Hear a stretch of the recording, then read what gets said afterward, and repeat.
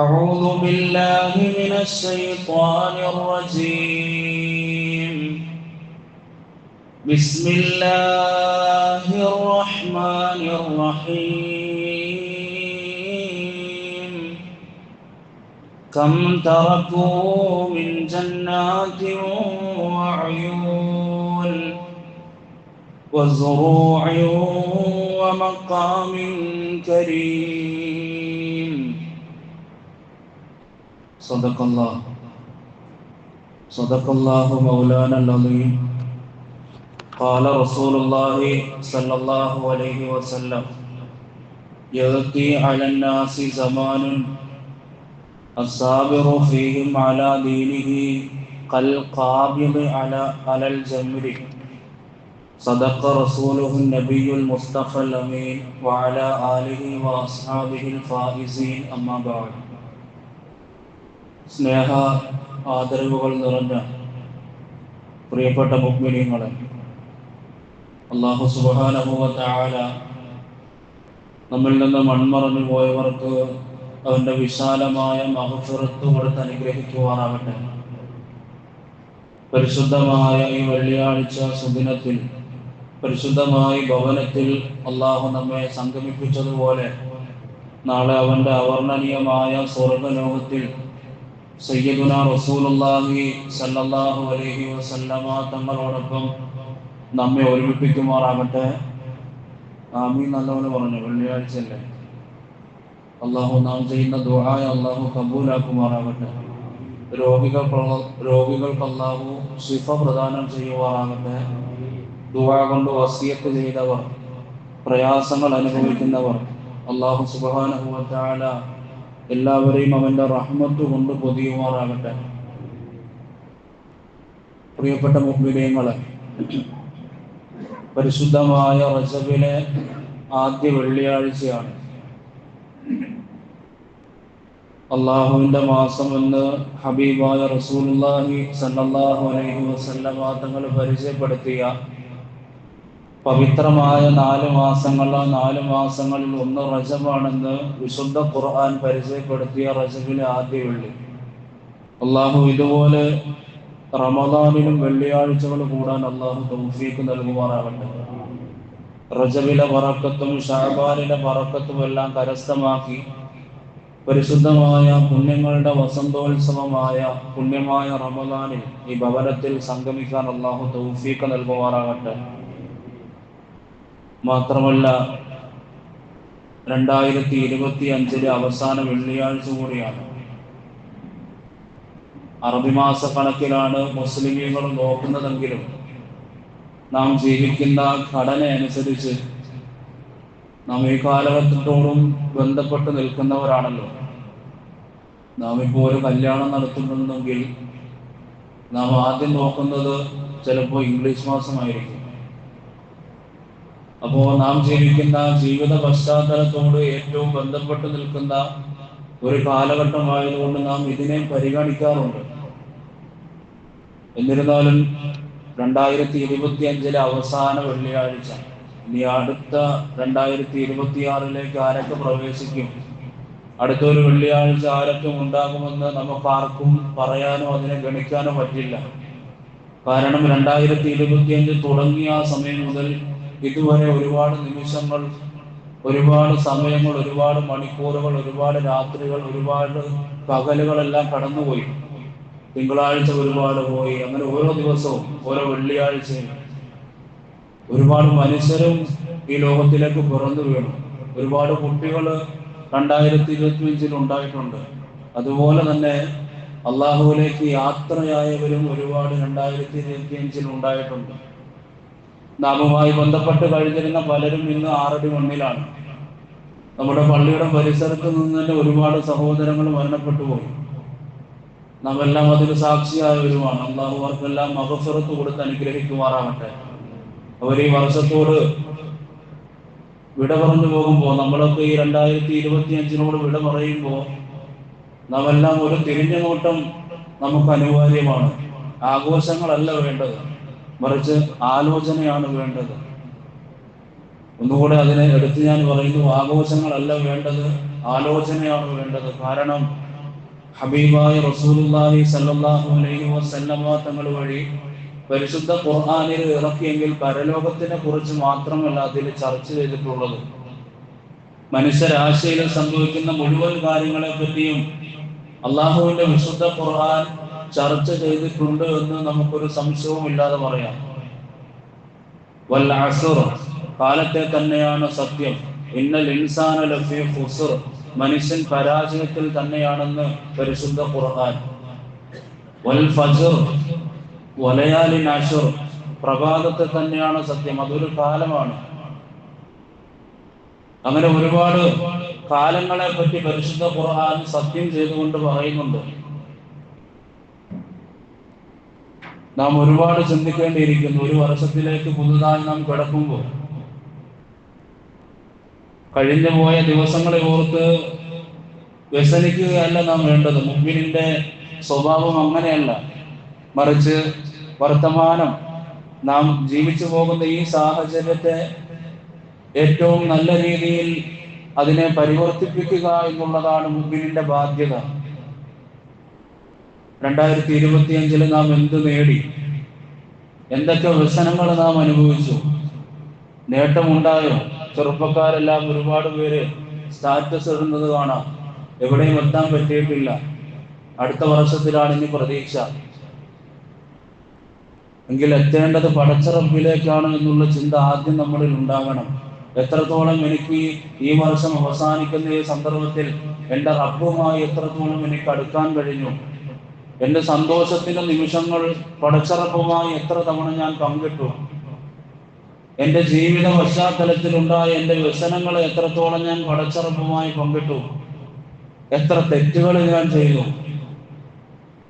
എത്ര പേര് മരിച്ചപ്പോ ഹബീബായ തങ്ങൾ പറഞ്ഞ ആ സുന്നത്തിനെ അനുഗമിക്കാനായി ഞാൻ പോയി? ആരോടൊക്കെ പിണക്കം ഞാൻ മാറ്റി? ഒരുപാട് പേരുമായി പിണക്കമായി കഴിയുന്ന ഹൃദയങ്ങളാണ് നമ്മളുടേത്. 2075 നീങ്ങുമ്പോൾ ആരോടൊക്കെ പിണക്കങ്ങൾ ഞാൻ മാറ്റി? ഇനി 2025 പിണക്കങ്ങൾ അധികരിച്ചെങ്കിൽ ഇനിയും ദിവസങ്ങളുണ്ട്. പക്ഷെ മരണത്തിനു മുമ്പായി നിങ്ങൾ ഓരോരുത്തരും ആ പിണക്കങ്ങൾ മാറ്റണം, മനസ്സിനെ ശുദ്ധിയാക്കണം. വിശുദ്ധ ഖുർആനിലേക്ക് ഞാൻ വരികയാണ്. ഞാൻ ആദ്യം ഓതി വെച്ച ആയത്ത് കം തറക്കൂ മിൻ ജന്നാത്തിൻ വഉയൂൻ വസുറൂഇൻ വമഖാമിൻ കരീം. പരിശുദ്ധ ഖുർആനിൽ ഫിർഔനിനെ പറ്റി പറയുകയാണ്. പല സ്ഥലങ്ങളിലും മൂസാ നബി അലൈഹിസ്സലാമിനെ പറ്റിയും ഫിർഔനിനെ പറ്റിയും പരിശുദ്ധ ഖുർആൻ പരാമർശിക്കുന്നുണ്ട്. ഏറ്റവും കൂടുതൽ മുഹമ്മദ് നബിയുടെ പേരല്ല ഖുർആനിൽ, മറിച്ച് മൂസാ നബിയുടെ പേരാണ്. എന്തിനാണ് അങ്ങനെ മൂസാ നബിയുടെ പേരിനെ അങ്ങനെ എടുത്തെടുത്ത് അല്ലാഹു പറഞ്ഞത്? ഒരു ചരിത്രം പറഞ്ഞു തീർന്നു. സൂറത്തുൽ ബഖറയിൽ ആദ്യം പറയുന്നത് തന്നെ മൂസാ നബിയുടെ ചരിത്രമാണ്.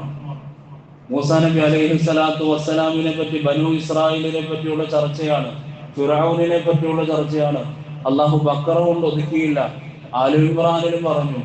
മറ്റു സൂറത്തുകളിലെല്ലാം ചരിത്രം പറഞ്ഞ് അവസാനിപ്പിച്ചിട്ട് വീണ്ടും അതൊന്നുകൂടി അള്ളാഹു ഓർമ്മിപ്പിക്കുകയാണ്, റൊട്ടേറ്റ് അള്ളാഹു ചെയ്യുകയാണ്. അങ്ങനെ അള്ളാഹു ഫിർഔനിന്റെ കാര്യം എടുത്തെടുത്ത് ഇങ്ങനെ പറയുന്നത് അഹങ്കാരികളായി മാറരുത് എന്നുള്ള ഒരു പോയിന്റ് അള്ളാഹു നൽകുന്നതാണ്. ഒരുപാട് പരിവാരങ്ങളും ഒരുപാട് സ്വേച്ഛാധിപതികളും ഒരുപാട് മന്ത്രിമാരും ഒരുപാട് ഭടന്മാരുമായി അഹങ്കാരിയായി ജീവിച്ചു പോയ ഫിർഔൻ എന്റെ കാലിന്റെ അടിയിലൂടെയാണ് നൈൽ നദി ഒഴുകുന്നത് എന്ന് പോലും പറഞ്ഞു. പക്ഷെ അവസാനം നിങ്ങൾ ഓർക്കണം, അഹങ്കാരിയുടെ ആ നൈൽ നദി പോയി അവസാനിക്കുന്ന ഇടത്ത് തന്നെ പടച്ചിറപ്പ് മുക്കിക്കൊന്നു. എന്റെ നൈൽ നദി ഒഴുകുന്നത്, നൈൽ നദിയുടെ മുന്നിൽ പോയി കൈ കൊണ്ടിട്ട് പറഞ്ഞു, ഈ നൈൽ നദി ഒഴുകുന്നത് എന്റെ കാലിന്റെ അടിയിലൂടെയാണ്. പക്ഷെ പടച്ചിറപ്പ്, അവനെ സൃഷ്ടിച്ച റബ്ബ് ഇത് കാണുന്നുണ്ട്. അത്രമേൽ അഹങ്കാരിയായതുകൊണ്ട് തന്നെ അള്ളാഹു അവസാനം മൂസാ നബി അലൈഹിസ്സലാമിനോട് കൗമ പോലും ചോദിച്ചു പോയി. വിശ്വസിച്ചു വന്ന ആളുകൾ ചോദിച്ചു, എവിടെ മൂസ നീ പറഞ്ഞ നിന്റെ റബ്ബിന്റെ സഹായം എവിടെ? മത്താ നസ്റുല്ലാഹ്, നീ അള്ളാഹുവിനെ പറ്റി ഞങ്ങൾക്ക് പറഞ്ഞു തന്നതിന്റെ അടിസ്ഥാനത്തിൽ ഞങ്ങൾ അതിൽ വിശ്വസിച്ചു, ഞങ്ങൾ വന്നു. അവസാനം ഈ കടലിന്റെ മുന്നിൽ ഇങ്ങനെ നിൽക്കുമ്പോൾ പുറകിൽ ഫിർഔനിന്റെ സംഘം ഞങ്ങളെ കൊല്ലാനായി അനുഗമിക്കുകയാണ്. എവിടെ? മത്താ നസ്റുല്ലാഹ്, ഇതെന്റെ വാക്കല്ല കേട്ടോ, പരിശുദ്ധ ഖുർആനാണ്. എവിടെ റബ്ബിന്റെ സഹായം?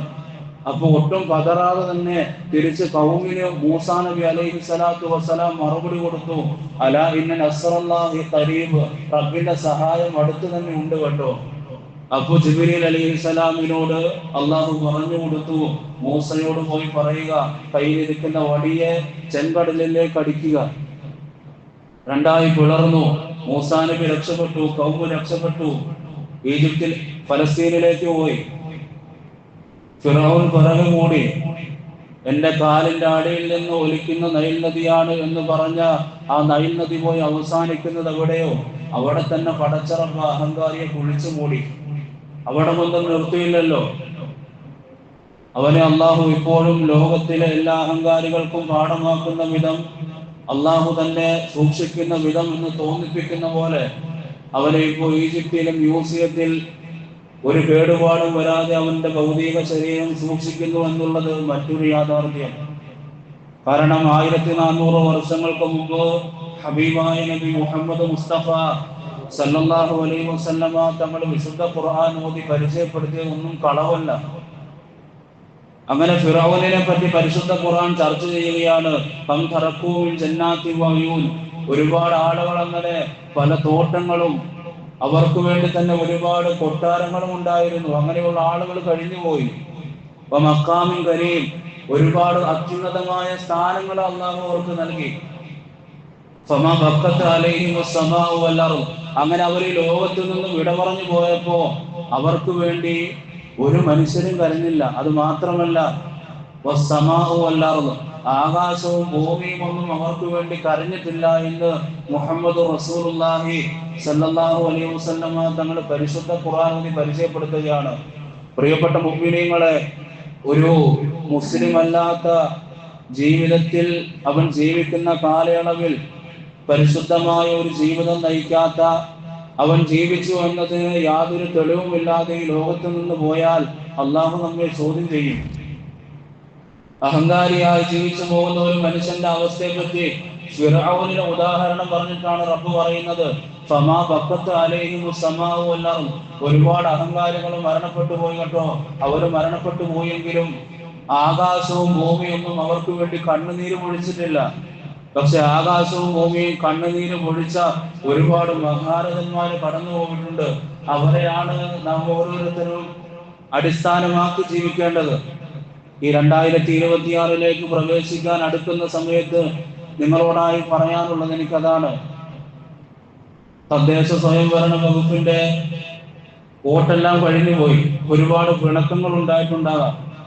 ഈ മെമ്പറിൽ നിന്നുകൊണ്ട് പറയാൻ ആരെയും ഞാൻ ഭയക്കുന്നില്ല. ഒരുപാട് പിണക്കങ്ങൾ ഉണ്ടാകും പരസ്പരം. അങ്ങോട്ടും ഇങ്ങോട്ടും പാർട്ടിയുടെ പേരിൽ ഒരുപാട് പ്രശ്നങ്ങൾ ഉണ്ടായിട്ടുണ്ട്. അവിടെയെല്ലാം നിനക്ക് വല്ല മുത്തക്കി എന്ന് പറയുമ്പോൾ നമ്മളെല്ലാവരും എന്താകാൻ ശ്രമിക്കുന്നത്? അള്ളാഹുവിന് തഖ്വയിൽ അധിഷ്ഠിതമായ ഒരു ജീവിതം നയിക്കാനാണ് നാം ശ്രമിക്കുന്നത് എങ്കിൽ അള്ളാഹുവിന്റെ വിശുദ്ധ ഖുർആൻ അലിഫ് ലാം മീം എന്ന് പറഞ്ഞ് തുടങ്ങുന്നു. ദാലിക്കൽ കിതാബു ലാ റൈബ ഫീഹ്, ഈ ഗ്രന്ഥത്തിൽ ഒരു സംശയവുമില്ല. ഹുദൽ ലിൽ മുത്തഖീൻ, രണ്ടാമത്തെ ആയത്താണിത്. ഹുദൽ ലിൽ മുത്തഖീൻ, ഈ ഗ്രന്ഥം തഖ്വ ചെയ്യുന്നവർക്ക് സന്മാർഗമാണ് എന്ന് അള്ളാഹുവിന്റെ പരിശുദ്ധ ഖുർആൻ പറഞ്ഞിട്ട് പിന്നെ പരിശുദ്ധ ഖുർആൻ വിശദീകരിക്കുന്ന ഒരു കാര്യം ശ്രദ്ധിക്കണം. ഫാത്തിഹ കൊണ്ട് ആരംഭിച്ചു, ശേഷം ബഖറയിലേക്ക് വന്നു. അലിഫ് ലാം മീം, അതിന്റെ അർത്ഥം ഈ ലോകത്തില് അള്ളാഹിന്റെ റസൂലിന് പോലും അള്ളാഹു പറഞ്ഞു കൊടുത്തിട്ടില്ല എന്നുള്ളതാണ്.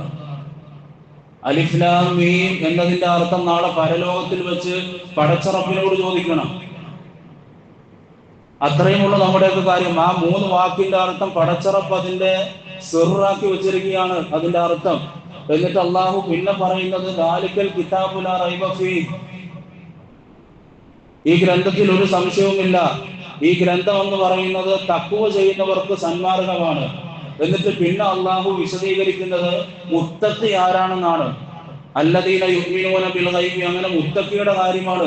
അപ്പോ ഒരു മനുഷ്യൻ ജീവിക്കേണ്ടത് തഖ്വ ചെയ്യുന്നവനായിട്ടാണ് എന്നുള്ളതിൽ ഒരു സംശയവുമില്ല. കാരണം ഖുർആൻ കൊണ്ട് നസ്സായ കാര്യമാണ്.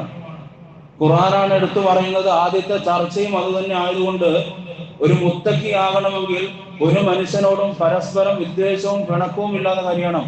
മറ്റൊരു സൂറത്തു ആലു ഇമ്രാനിൽ കാണാം മുത്തഖിയുടെ വീണ്ടും വിശദീകരണം പറയുന്നിടത്ത് അല്ലദീന യുൻഫിഖൂന ഫി സറാഇ വദറാ, വ്യസനം വരുമ്പോഴും സന്തോഷം വരുമ്പോഴും ഒക്കെ അവൻ അള്ളാഹുവില് ചെലവഴിക്കുന്നവനാണ്.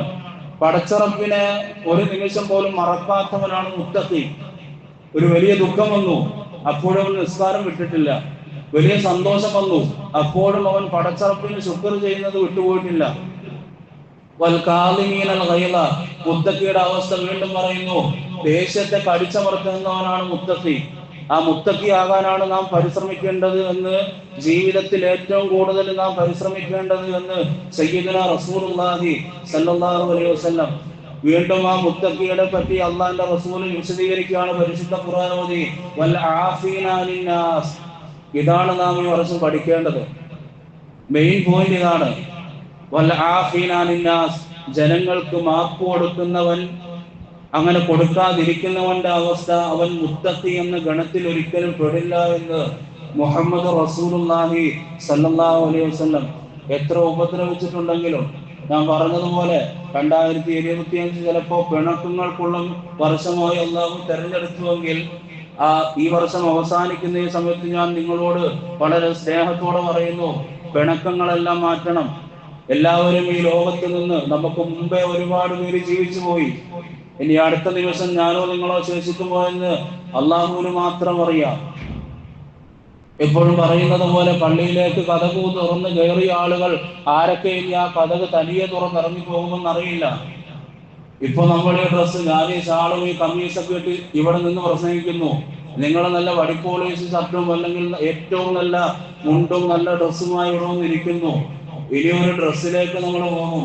അതിന് ഇസ്ലാമിന്റെ തുടക്കകാലം മുതൽ ഇപ്പൊ വരെ ഒരു മാറ്റവും ഇല്ല. അതിനൊരു പോക്കറ്റും ഇതുവരെ വന്നിട്ടില്ല. ഏതാണ് ആ വസ്ത്രം? 3 തുണിയാണ്. അതിലേക്ക് പോകേണ്ടവരാണ് നമ്മൾ. അള്ളാഹു മരണത്തെ പറ്റിയുള്ള ചിന്ത നമുക്ക് ഓരോരുത്തർക്കും നൽകുമാറാകട്ടെ. എത്ര വലിയ അഹങ്കാരിയായി ജീവിച്ചാലും അവസാനം നിന്നെ കുളിപ്പിക്കണമെങ്കിൽ ആള് കയറണമല്ലോ. തനിയെ നീ കുളിച്ചവനാണ്, പക്ഷേ നീ വലിയ അഹങ്കാരത്തോടു കൂടി, ഞാൻ എന്ന ഭാവത്തോടു കൂടി നടന്നവനാണെങ്കിൽ നിന്നെ കുളിപ്പിക്കാൻ ചിലപ്പോ നീ ജീവിതത്തിൽ ഇഷ്ടപ്പെടാത്ത ആളുകളായിരിക്കാം. ചിലപ്പോ അവരായിരിക്കും നിന്നെ കുളിപ്പിക്കാൻ കയറുന്നത്. അവരായിരിക്കാം നിന്നെ കഫംപുടവും ഒതുങ്ങുന്നത്. അവരായിരിക്കാം നിന്റെ പല്ലക്ക് ചുമന്ന് പള്ളിയിലേക്ക് കൊണ്ട് വെക്കുന്നത്.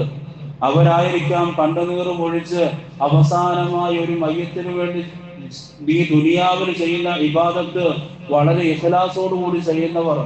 അല്ലാഹു മഗ്ഫിർ ലഹു, അല്ലാഹുവേ എന്റെ ദുനിയാവില് ഞാൻ ജീവിച്ചതിന്റെ ഇടയിൽ എന്നോടൊപ്പം ജീവിച്ച ഈ സഹോദരന് പുറത്തു കൊടുക്കണേ എന്ന് ആത്മാർത്ഥമായി ദുആ ചെയ്യുന്നവൻ ചിലപ്പോൾ ഈ ദുനിയാവിൽ വെച്ച് ചിരിച്ചു കാണിച്ചവനായിരിക്കണമെന്നില്ല.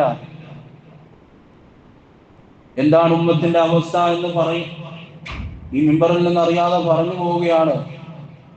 ഓരോ കാര്യങ്ങൾക്കും ദീൻ പറയുമ്പോൾ അതിനെ മറ്റൊരു രീതിയിൽ വ്യാഖ്യാനിക്കുക, അല്ലെങ്കിൽ ദീൻ പറയാൻ പറ്റാത്ത ഒരവസ്ഥ. ദീൻ പറഞ്ഞാൽ 6-ാം നൂറ്റാണ്ടിലെ പഴഞ്ചനാണ് എന്ന് പറയും. ഹബീബായ തങ്ങൾ ഒരിക്കൽ സഹാബത്തുമായി ഇങ്ങനെ ഇരിക്കുമ്പോ എല്ലാവരും മുസ്ലിമീങ്ങളായി, എല്ലാം വിജയിച്ചു. മക്ക ഫതഹിന്റെ അന്ന് നബി തങ്ങൾ പറയുകയാണ്, ഇനി ഒരു കാലഘട്ടം വരും സഹാബ, അന്ന് നിങ്ങളുടെ യുവാക്കൾ പിഴച്ചു പോകും, സ്ത്രീകളും പിഴച്ചു പോകും. അപ്പൊ സഹാബത്ത് അത്ഭുതപ്പെട്ട് ചോദിച്ചു, എല്ലാവരും പരിശുദ്ധരായിരിക്കുന്ന സദസ്സാണ്, ഇനി ആരും മോശമായി അവിടെ ഇല്ല. ആ ഒരു സന്ദർഭത്തിൽ സഹാബത്ത് ചോദിച്ചു, ഇനിയും അങ്ങനെ സംഭവിക്കുമോ നബിയെ? അഖായിലുൻ ദാലിക യാ റസൂലല്ലാഹ്. അപ്പൊ അള്ളാഹിന്റെ റസൂൽ പറഞ്ഞു, ഇദാ റഅയ്തുമുൽ മഅറൂഫ മുൻകറ, ഒരു നന്മ പറഞ്ഞാൽ അതിനെ തിന്മയായി കാണുന്ന കാലഘട്ടം. അതിന് മറ്റൊരർത്ഥം കൂടിയുണ്ട്, ഇദാ റഅയ്തുമുൽ മഅറൂഫ, ഒരു നന്മ പറഞ്ഞാൽ അത് തിന്മയാണ്. പണ്ഡിതന്മാർ അവരുടെ ദൗത്യം പറഞ്ഞാൽ അത് നന്മയായിരിക്കാം, പക്ഷെ അതിനെ തിന്മയായിട്ട് വ്യാഖ്യാനിക്കുക. വഇദാ റഅയ്തുമുൽ മുൻകറ മഅറൂഫ, ഇനി തിന്മയാണ് നടക്കുന്നത്. നമ്മുടെ ജീവിതത്തിൽ, നമ്മുടെ കാലഘട്ടത്തിൽ നാം ജീവിക്കുന്ന ഈ മേഖലകളിൽ തിന്മകൾ നടക്കുമ്പോൾ അതിനെ ഏറ്റവും ഉന്നതമായ തലത്തിലേക്ക് കൊണ്ടുപോകുന്ന ഒരു സന്ദർഭമാണ് ഈ കാലഘട്ടം. അങ്ങനെയാണ് നാം ജീവിക്കുന്നത്. കല്യാണത്തിന്റെ സദസ്സുകൾ അങ്ങനെയായി മാറി, നമ്മുടെ ജീവിത മേഖലകൾ അങ്ങനെയായി മാറി. അള്ളാഹുവുമായി ബന്ധമില്ലാതെ തിന്മ എന്ന് പറയുന്ന കാര്യങ്ങളെ നാം നന്മയായി വ്യാഖ്യാനിക്കുന്നു. ഇനി പണ്ഡിതൻ അതിനെ തിരുത്തിയാൽ അത് നിങ്ങൾ പറഞ്ഞാണ് തെറ്റെന്ന് പറയുന്ന കാലഘട്ടം. അള്ളാഹു ബോധം നൽകി അനുഗ്രഹിക്കുമാറാകട്ടെ. അതുകൊണ്ട് ഓരോ ദിവസവും സൂര്യൻ ഉദിച്ചു കഴിയുമ്പോ ആ പ്രഭാതം പറയുമെന്നാണ്, മാമിൻ യൗമിൻ യൻശഖു ഫജ്റുഹു ഇല്ലാ യുനാദി. ഓരോ ദിവസവും പ്രഭാതം വിളിച്ചു പറയും, അന യൗമുൻ ജദീദ്, ഞാനൊരു പുതിയ ദിവസമാണ് കേട്ടോ. വലാ അമലിക ഷഹീദ് വഅലാ അമലിക ഷഹീദ്, നിന്റെ മേൽ അമല് കൊണ്ട് ഞാൻ സാക്ഷിയാണ്. അതുകൊണ്ട് ഫഖ്തനിന്നി, ഓരോ ദിവസവും വിളിച്ചു പറയും, നീ എന്നെ ഉപകാരപ്പെടുത്തിക്കോ, നീ എന്നെ ഉപകാരപ്പെടുത്തിക്കോ. ഫഇന്നി ലാ അഊദു ഇലാ യൗമിൽ ഖിയാമ, ഈ 2025 പോയാൽ പിന്നെ ഇനി ഖിയാമത്ത് നാൾ വരെ ഇങ്ങനെ ഒരു വർഷം കിട്ടില്ല. അതാണ് ഹസൻ അൽ ബസരി തങ്ങൾ എഴുതി വെക്കുന്നത്. മഹാനായ പണ്ഡിതനാണ്. ഹബീബായ റസൂലുള്ളാഹി സല്ലല്ലാഹു അലൈഹി വസല്ലമ തങ്ങളെ അത്രമേൽ സ്നേഹിച്ച ഒരു മഹാപണ്ഡിതൻ, നബി തങ്ങളെ പലപ്പോഴും സ്വപ്നത്തിൽ കണ്ട പണ്ഡിതൻ. ആ പണ്ഡിതനാണ് പറയുന്നത്, ഒരു ദിവസം പോയാൽ പിന്നെ ഒരിക്കലും ആ ദിവസത്തെ ഖിയാമത്ത് നാൾ വരെ കിട്ടില്ല. ഇപ്പൊ 1:17 സമയം. ഈ 1:17 നാളെ എനിക്ക് കിട്ടുമോ എന്ന് ആർക്കെങ്കിലും വാദിക്കാൻ പറ്റുമോ? ഒരിക്കലുമില്ല.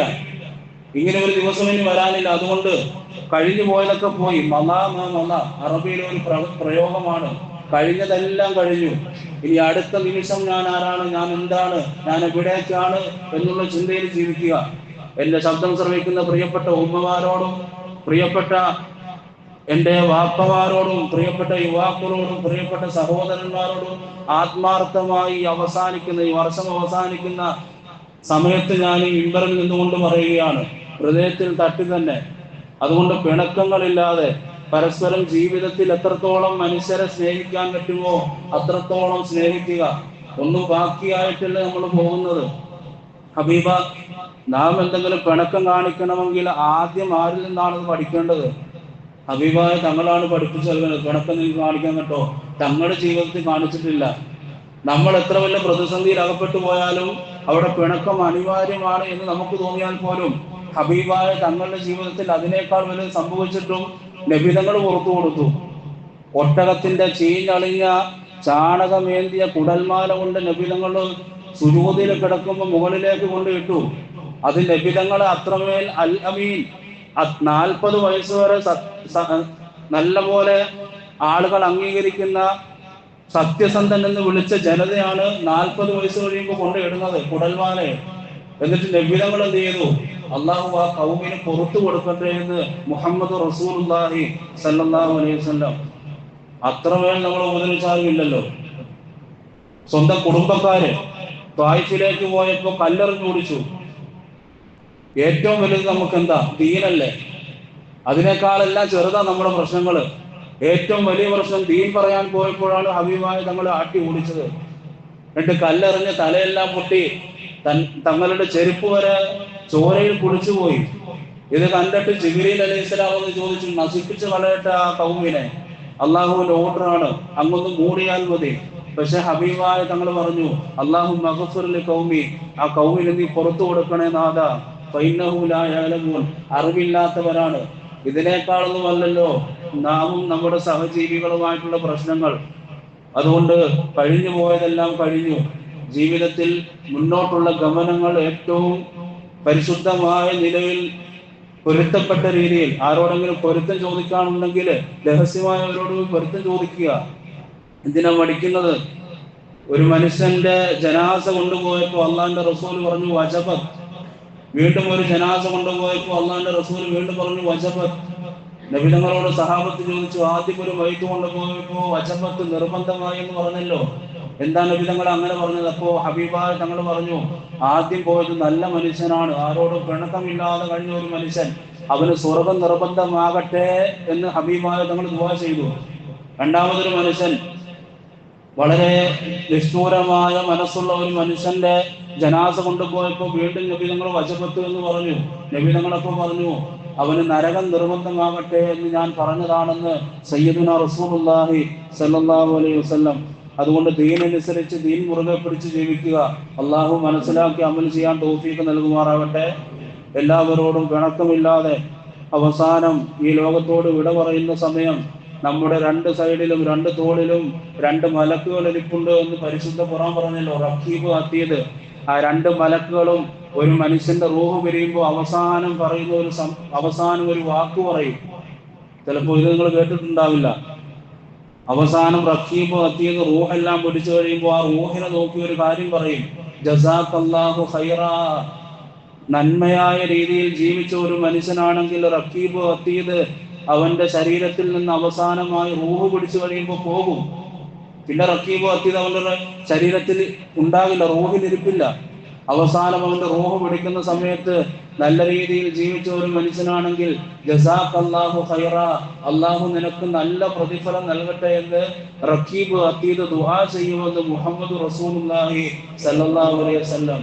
ജീവിതം മോശമാക്കിയവനാണെങ്കിൽ അവനെ ശപിക്കുമെന്നും സയ്യിദുനാ റസൂലുള്ളാഹി സ്വല്ലല്ലാഹു അലൈഹി വസല്ലം. അള്ളാഹു നമ്മെ നന്നാക്കി നൽകുമാറാകട്ടെ. വരാനിരിക്കുന്ന ഓരോ നിമിഷങ്ങളും ഓരോ വർഷങ്ങളും അള്ളാഹു നല്ല രീതിയിൽ ജീവിക്കാനും എപ്പോൾ മരിച്ചാലും അള്ളാഹുവിന്റെ മുന്നിൽ ഒരു മുത്തക്കിയായി സ്വർഗം നിർബന്ധമാണ് എന്ന് ആളുകൾ പറയുന്ന അവസ്ഥയിൽ മരിക്കാൻ അള്ളാഹു തൗഫീഖ് നൽകട്ടെ. ഇന്നൊരു ഉമ്മ മരിച്ചു, നിങ്ങളെല്ലാം അറിഞ്ഞു കാണും. മാതാക്കളാണ് വീട്, ഉംറയ്ക്ക് വേണ്ടി പോയതാണ്. ഉംറയെല്ലാം കഴിഞ്ഞു മദീനയിലേക്കുള്ള യാത്രയിൽ അള്ളാഹിന്റെ റസൂലിനെ സിയാറത്ത് ചെയ്യാൻ പോകുന്ന യാത്രയിൽ ബസ്സിൽ കുഴഞ്ഞു വീണ് മരിച്ചു. ഇന്ന് സുബഹിക്ക് ശേഷം നിസ്കാരത്തിന് ശേഷം മദീനയിൽ മയ്യത്ത് നിസ്കാരം നടന്നു. ഹബീബായ തങ്ങളുടെ റൗളയോടടുത്ത് ജീവിതത്തിൽ നല്ല സുഹൃതങ്ങൾ ചെയ്തവർക്ക് അള്ളാഹു അതുപോലുള്ള പരിശുദ്ധമായ മരണങ്ങൾ നൽകും.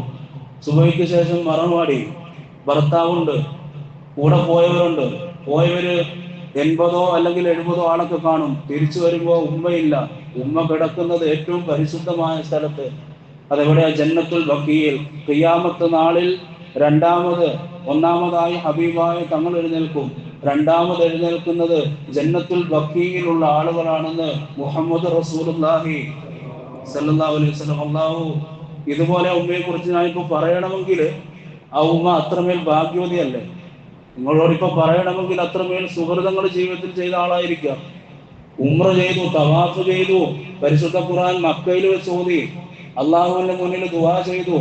ഒരു ഉംറ ചെയ്താൽ ആ മനുഷ്യന്റെ മുഴുവൻ പാപങ്ങളും പുറത്തു കൊടുത്തുവെന്ന് മുഹമ്മദ് മുസ്തഫ സല്ലല്ലാഹു അലൈഹി വസല്ലം. പാപരഹിതയായിട്ടാണ് യാത്ര. അതും മദീനയുടെ അടുത്ത് വെച്ച് തന്നെ റൂഹ് പിടിച്ചു. സൈലന്റ് അറ്റാക്ക് ആയിരുന്നു, ആരും അറിഞ്ഞില്ല. ജന്നത്തുൽ ബഖീൽ മറമാടി, അള്ളാഹിന്റെ റസൂല് ഓടി നടന്ന സ്ഥലം. അള്ളാഹു അതുപോലുള്ള മരണങ്ങൾ നമുക്ക് നൽകുമാറാകട്ടെ. പരിശുദ്ധമായ ഉംറയോ ഹജ്ജോ ജീവിതത്തിൽ ഒരിക്കലെങ്കിലും ചെയ്യാൻ അള്ളാഹു തൗഫീഖ് നൽകട്ടെ.